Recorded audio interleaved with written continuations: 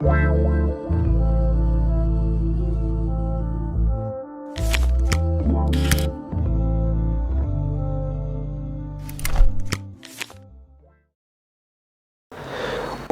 c'est la fête des parents de Santa Teresa de Lisieux, Louis Martin et Célia Guérin. Cette année, comme je vous ai dit précédemment, est l'année de la famille et nous devons prendre conscience que nous devons vivre bien en famille parce que nous avons tous une famille et c'est chez elle que nous devons grandir humainement et chrétiennement. Ensemble, en famille, nous devons chercher la sainteté. Sous forme de pilule, cherchons à être exemplaires dans nos familles. Nous ne sommes pas habitués à penser à la sainteté d'un couple, car notre expérience nous amène à attacher sainteté à un individu. Dans le passé, les époux San Isidro et Santa Maria de la Cabeza en Espagne ont été canonisés. Plus tard, lui et Maria Beltrame Quattrocchi en Italie. Et le pape François a canonisé Martin et Célia pour montrer la grandeur de la vocation à la vie conjugale.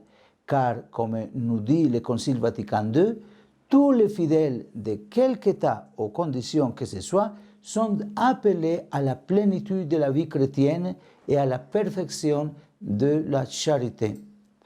Lui a reçu, tant en famille qu'à l'école, une solide formation religieuse. Après avoir terminé ses études, il apprend le métier d'horloger. Ses parents, après la mort des autres enfants, ont toujours vécu avec lui, même après son mariage avec Célia. Habile dans son métier, il avait des amis et des connaissances avec qui il aimait pêcher et jouer au billard, et était apprécié pour ses qualités hors du commun. Célia Guérin est née en Normandie en 1831. Pour les parents de Célia, la vie était dure, ce qui lui a valu à Célia une enfance douloureuse comme un linceul.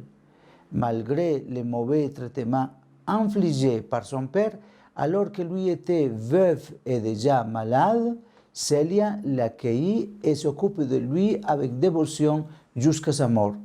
Célia se consacrait à la fabrication de dentelles. Elle était une experte et son travail a été récompensé. Un jour, lorsque elle rencontre lui, à la physionomie noble, au visage réservé et aux manières dignes, elle se sentit fortement impressionnée et elle entendit intérieurement que c'était l'homme choisi pour elle.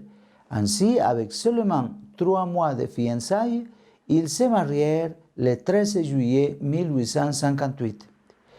Ils menèrent une vie conjugale exemplaire, messe quotidienne, prières personnelles et communautaires, confession fréquente, participation à la vie paroissiale, etc. De leur union naquirent 9 enfants, dont 4 moururent prématurément. Les 5 filles survivantes ont été élevées pour être de bonnes chrétiennes et honnêtes citoyennes. Aujourd'hui, nous vénérons sa fille Santa Teresa de Lisieux et sa sœur Léonie, devenue religieuse de la Visitation, et également en route vers les hôtels. À l'âge de 45 ans, Célia a appris qu'elle avait une tumeur cancéreuse au sein et a vécu la maladie avec une ferme espérance chrétienne jusqu'à sa mort en août 1877.